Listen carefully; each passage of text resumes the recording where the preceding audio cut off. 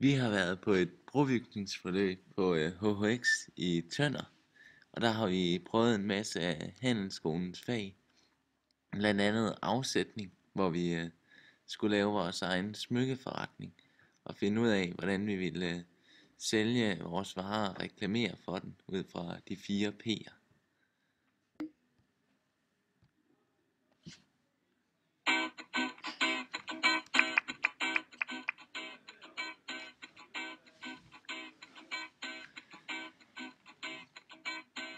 Så har vi også haft spansk, hvor vi lavede vores egen tegnefilm, og vi skulle sådan lave en dialog mellem 2 personer.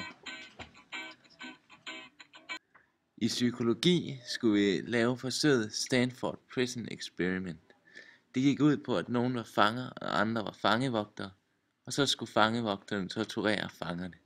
Det var faktisk rigtig sjovt, selvom man var fange. I kan glæde jer til et brobygningsforløb på HHX i Tønder, for det er en super fed oplevelse, alt sammen.